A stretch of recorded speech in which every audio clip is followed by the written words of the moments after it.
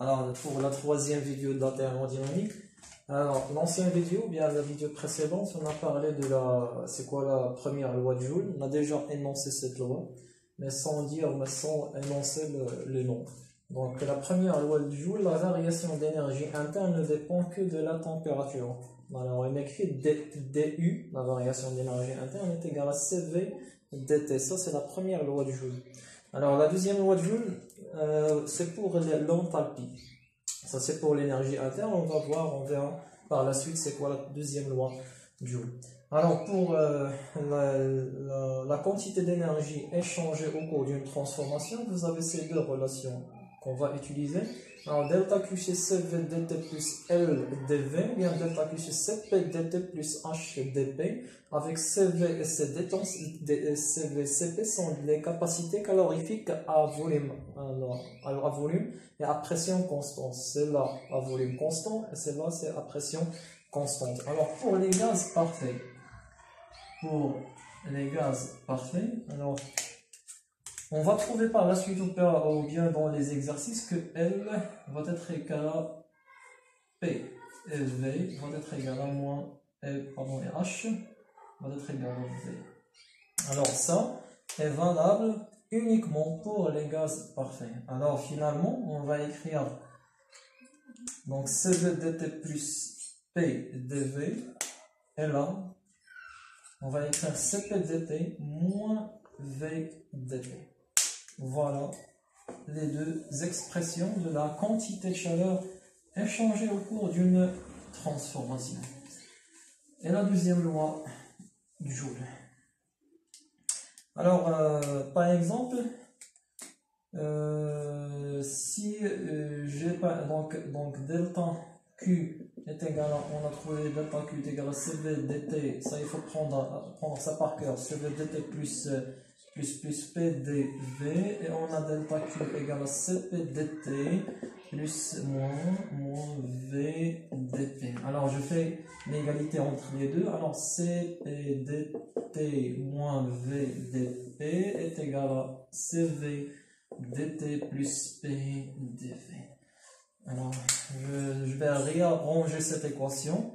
Alors CP dt CV dt, alors CP dt moins CV, je remplace ce terme à ce côté, dt égale, et celui-là à ce côté-là, c'est PV dV plus V dP. Alors, je mets dt en facteur. Alors, CP moins CV facteur dt va être égal, regardez ici, j'ai P dV plus V dP. C'est comme j'ai une dérivée de quoi? D'un produit entre P et le volume. Alors, la dérivée de produit, ce n'est que la dérivée de la première fonction fois la fonction elle-même, plus la dérivée de la deuxième fonction fois la première fonction elle-même. Alors, P dV plus V dP. Alors, vous savez que pour les gaz parfaits, on a PV est égal à nRT. Alors, je remplace ce produit-là par nRT. Alors finalement je vais trouver CP moins CV de tout facteur dt va être égal à la dérivée de quoi?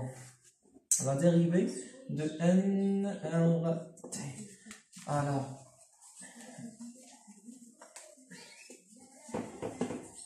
je continue. Donc CP moins CV dt va être égal à NR dt. Pourquoi NR est constant? Sont des constants. Alors je peux les faire sortir de la dérivée de dt. Si je simplifie par dt, alors je peux avoir une relation entre CP, la capacité calorifique à pression constante, et la capacité calorifique à volume constant, et NR. Et ça, c'est la fameuse relation de Mayer. Donc la relation de Mayer. Alors c'est très important cette relation, et voilà, vous avez trouvé une relation et vous avez démontré la relation entre CP et CV en fonction du nombre de moles N et R. Alors vous pouvez même diviser par NN, vous pouvez avoir une CP, une capacité calorifique CP moins CV est égale à R. Ça c'est ce qu'on appelle des capacités calorifiques molaires. Si on divise par un nombre de moles, c'est-à-dire l'unité ici par mol, c'est la capacité calorifique à pression constante. Molaire, c'est la capacité calorifique à volume constant. Molaire est égal à... Alors, si jamais vous avez une mol de gaz, par exemple, c'est-à-dire N est égal à une mol, par exemple. Et vous avez aussi une autre relation entre Cp et Cv. On prend Cp divisé par Cv va être égal à gamma. Donc ce gamma-là, c'est une constante. Ça dépend de la nature du gaz. Est-ce que c'est un gaz monoatomique ou bien un gaz diatomique? Et vous avez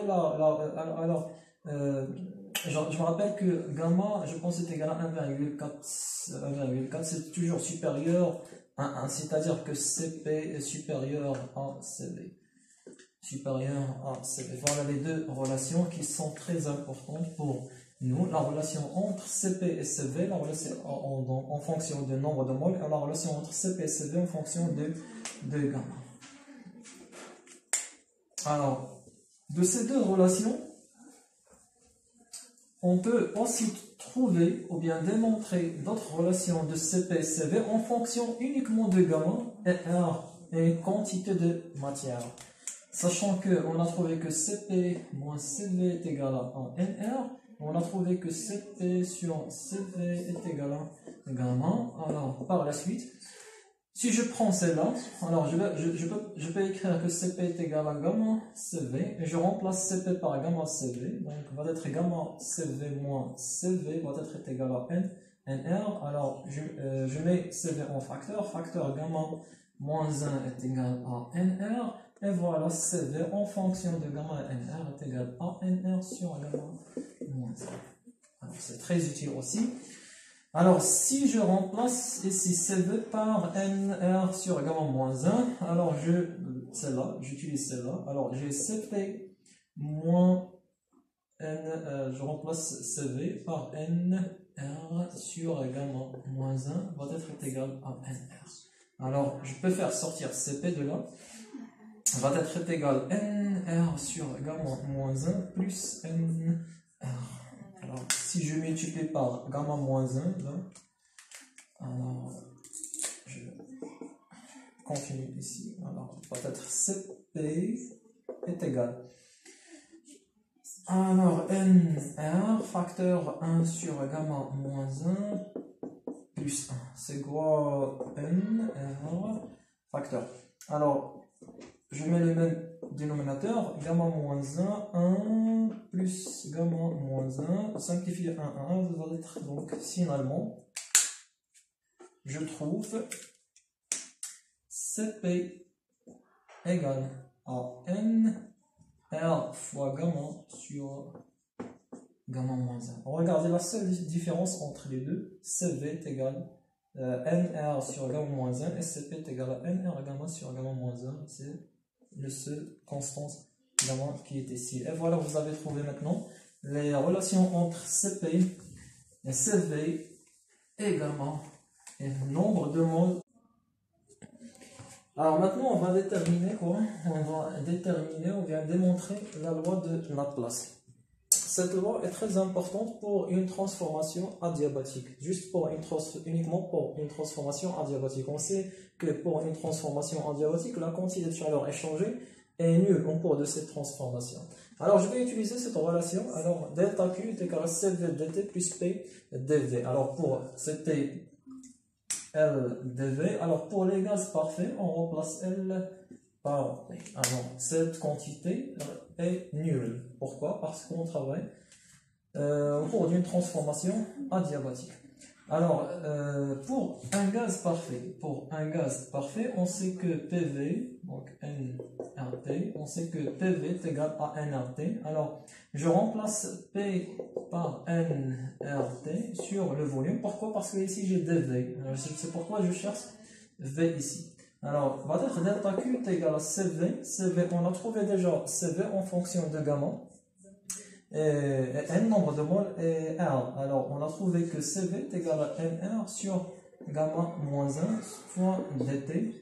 Plus P, c'est quoi P? Ce n'est que NR, T, la température, dV sur V.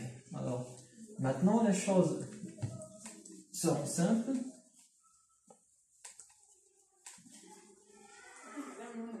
Alors maintenant, delta Q est égal à NR sur gamma, donc NR sur gamma moins 1 dt plus NR, tout ça est nul. Faites attention, tout ça est 0. dV sur V. Alors, je prends cette température, je divise le tout par T. Je divise tout par T et je vais avoir ici dt sur T, tout ça est égal à 0. Alors, je mets NR en facteur. Alors, NR différent à 0, c'est-à-dire 1 sur gamma moins 1 dt sur T, donc plus dV sur V est nul.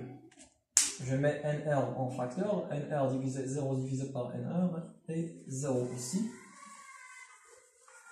Alors, je prends l'intégrale de ça, c'est-à-dire la primitive de ça, dt sur dt, ce n'est que ln de t,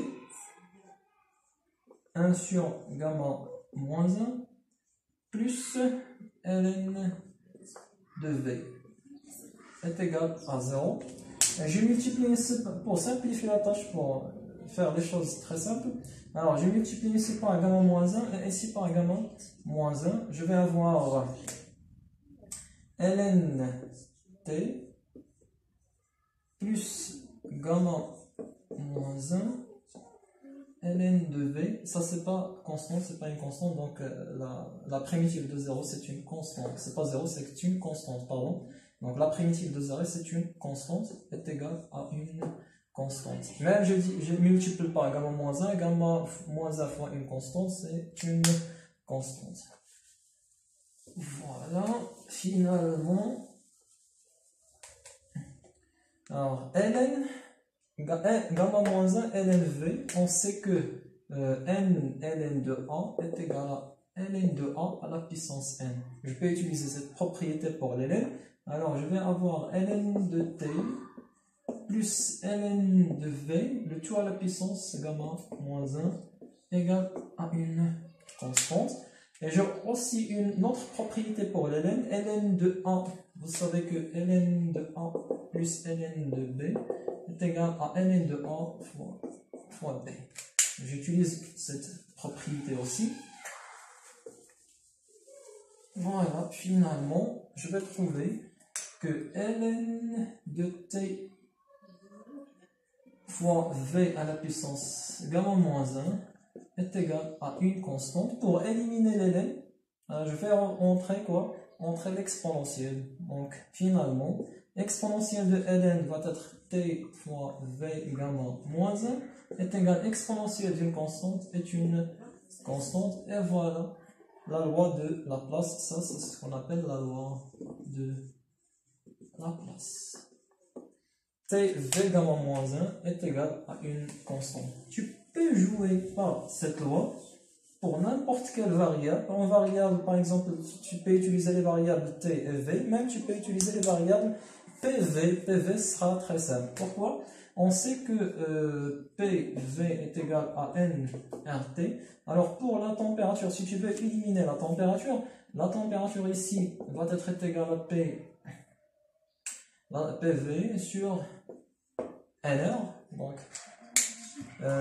tu remplaces oui, la température PV est égale à la température TPV. Je remplace la température par PV sur NR fois le volume à la puissance gamma moins 1 est égal à la constante. Je multiplie NR par cette constante, reste une constante, et je garde la pression. Le volume V, ça c'est V à la puissance 1 fois V à la puissance gamma moins 1. J'ajoute les puissances. Gamma moins 1 plus 1, ce n'est que gamma, et voilà, c'est la puissance gamma. Et voilà une autre loi de Laplace. En utilisant les variables P et V, tu peux jouer avec n'importe quelle variable, T ou bien V, ou bien P et V, ou bien T et P, même T et P, mais tu dois garder ou bien tu dois respecter PV est égal à nRT. Voilà la loi de Laplace. Au cours d'une transformation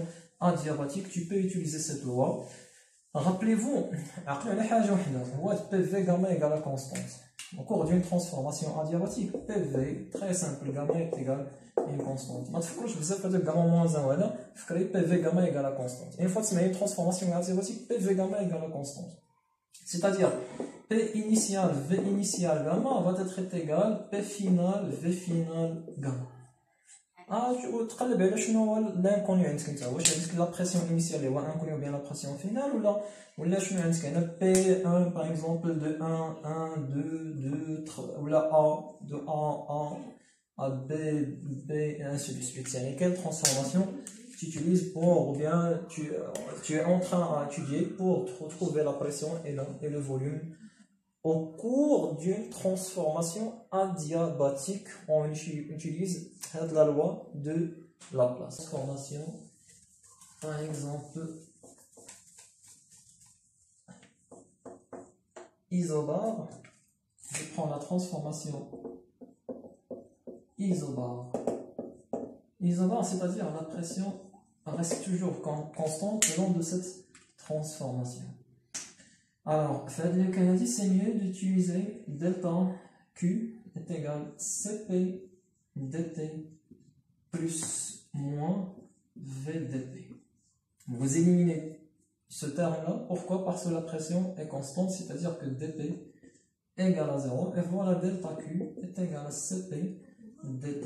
Alors, si vous voulez trouver Q, la quantité de chaleur est changée dans ce cas-là. Alors, vous utilisez Q est égal, c'est l'intégrale de tout ça, c'est CP l'intégrale de dt, sachant que CP ne dépend pas de la température. La constante ne dépend pas de la température. CP dépend de la température, mais pour ne pas compliquer les choses, alors CP ne dépend pas de la température, c'est une constante, pas de niveau d'INRN S1. Alors, c'est T final moins T initial, ou bien T2 moins T1. Voilà Q de 1 à 2. Alors, je vais mettre ce résultat-là, Q1, 2, égale à CP, facteur T2, moins T1. Alors, les gens demandent si, par exemple, pourquoi on utilise cette équation et pas l'autre. Alors, par exemple, celle-là, alors, delta Q est égal à CV dt plus PDV. Alors, la même chose. Alors, regardez maintenant. Alors, si on utilise cette équation CV dt plus P dV, alors, est égal à CV dt plus P volume, donc alors c'est Q de 1 à 2, c'est-à-dire, c'est l'intégrale de tout ça, c'est T2 moins T1 plus P V2 moins le volume V1. D'accord? Alors, égale CV T2 moins T1 plus, je simplifie cette écriture, P fois V2. P, V2, P, cette pression, je parle d'une pression constante, c'est-à-dire P1 est égal à P2. P, V2, ce n'est que NR T2. P, V1, ce n'est que NR T1. Je mets NR en facteur, NR facteur T2 moins T1 plus CV facteur T2 moins T1. Alors Q de 1 à 2, je mets T2 moins T1 en facteur, ça CV plus NR facteur T2 moins T1. Et on sait d'après la relation de Mayer que quoi? Que CP moins CV est égal à NR. C'est-à-dire que CP est égal à NR plus CV. C'est ce qu'on obtient ici. On a obtenu que CV plus NR, ce n'est que CP. Alors j'enlève toutes ces quantités et je mets Cp est égal à facteur T2 moins T1, le même résultat. C'est-à-dire, ما بقاش نبقى مخربط. سطاع راسك انت. واش غادي ندير هذه سي في دي تي بلس بي دي في ولا ندير سي بي دي تي موان في دي بي راه لا ميم شوز. هي تتقلب شنو هي لا بلو سامبل في ليكزارسيس في لا سيتوياسيون اللي انت فيها. داكور راه لا ميم شوز. يعني كنتي ا بريسيون constante, c'est mieux d'utiliser CPDT. Pourquoi? Pour éliminer directement moins VDP. Quand il y a un volume constant, c'est mieux d'utiliser celle-là pour éliminer ce terme. ما تقلبش على المشاكل تخلق انت تكتب بزاف. لا، عندك دو زيكسبرسيون هي باش تعرف فين اللي بيدي فين اللي خدامه لك على حسب لا سيتوياسيون اللي انت فيها. داكور؟ وهذا الشيء valable uniquement pour les gaz parfaits. Enfin, valable uniquement pour les gaz parfaits. Voilà, il a expliqué le problème de l'INA وحده فيهم غادي نستعمل إنا. كاينه la troisième, oui, l'expression, la troisième expression, ولا تقدر تجونغلي بها كيما جونغلينا بهذا الشيء اللي درنا. Voilà. On continue. Alors maintenant, on définit une nouvelle fonction d'état. Une nouvelle fonction d'état, c'est-à-dire ne dépend que de l'état initial et l'état final. C'est grand H, c'est l'enthalpie. D'accord? Grand H, ce n'est que l'énergie interne plus le produit PV. Plus PV. Ça, c'est l'enthalpie. H est égal à U plus PV. Ça, c'est l'enthalpie. Alors, si je prends la variation, par exemple, DH est égal, c'est D de U plus PV est égal à du plus dPV, c'est comme la dérivée, vous faites la dérivée. C'est du, c'est quoi? Du, d'après le premier principe de la thermodynamique, ce n'est que delta Q plus delta W plus dV, alors P dV plus V dP. Je fais la dérivée de deux fonctions. Ça, c'est une variable, c'est une variable aussi. Alors, c'est delta Q, je sais que la différentielle du travail, ce n'est que moins P dV plus P dV plus V dP. J'élimine P dV plus P dV, ça se sont simplifiés. Il me reste delta Q plus V dP, ça c'est DH. DH est égal à delta Q P. C'est quoi delta Q P? QP, c'est-à-dire à pression constante. À pression constante, c'est-à-dire dP est nul. Il vous reste delta H, alors le DH est égal à delta Q à pression constante.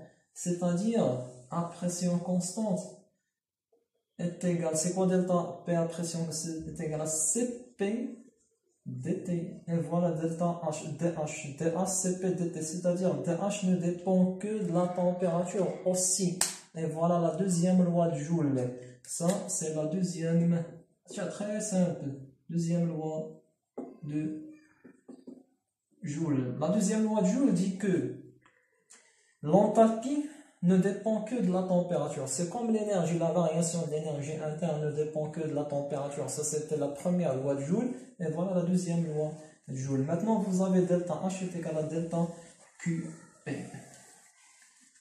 Alors, vous pouvez même trouver quelques variables précédentes en utilisant ces deux lois. La première loi de Joule et la deuxième loi de Joule. Alors, conséquence immédiate.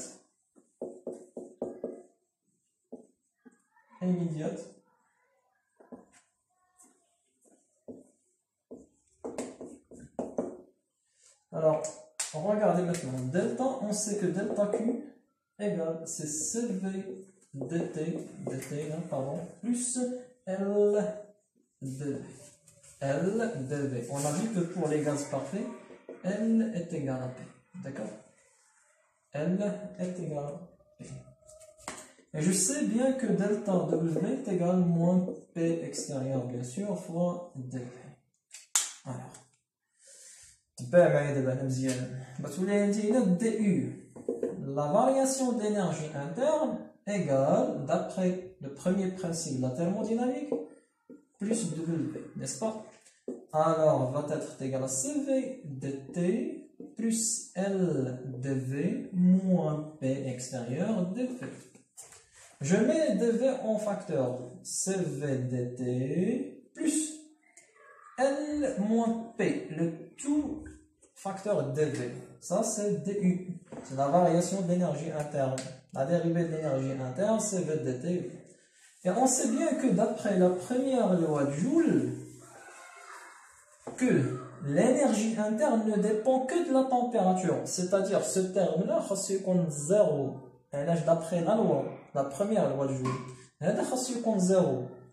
Ou là, quand 0, pour que du soit dépend que de la température, tout dépend que de la température, c'est comme 0. C'est-à-dire, L moins P est nul. C'est-à-dire, L égale à P. Voilà, on a démontré ici que P égale à L pour les gaz parfaits. Même chose, on va utiliser la même chose pour démontrer que petit h est égal à moins V. Vous savez, en partant de DH. Alors, on a utilisé cette équation et celle-là pour la pression. Et Cp dt plus H dp. Alors, la question qui se pose maintenant, c'est de déterminer H. Est-ce que H vraiment est égal à moins V? Alors, on va prouver ça. Alors, si je remplace dQ par sa valeur, ou bien son expression, Cp dt plus H dp plus V dp. C'est la même chose que tout à l'heure pour la variation d'énergie interne. Cp dt plus, je mets dp en facteur, H plus V dp. Ça, c'est dH. Et d'après la deuxième loi de Joule, on a dit que dH, ou bien l'enthalpie, est une fonction d'état qui ne dépend que de la température aussi. C'est-à-dire, ce terme-là doit être nul. H ne dépend que de la température d'après la deuxième loi de Joule. Donc, automatiquement, ce terme est nul. C'est-à-dire, H plus V est égal à 0. Donc, H est égal à moins V. Ça, toujours pour les gaz parfaits. Et voilà la démonstration. Tu peux utiliser la démonstration une fois, deux fois, ou après. Juste, il faut travailler, un travail continu.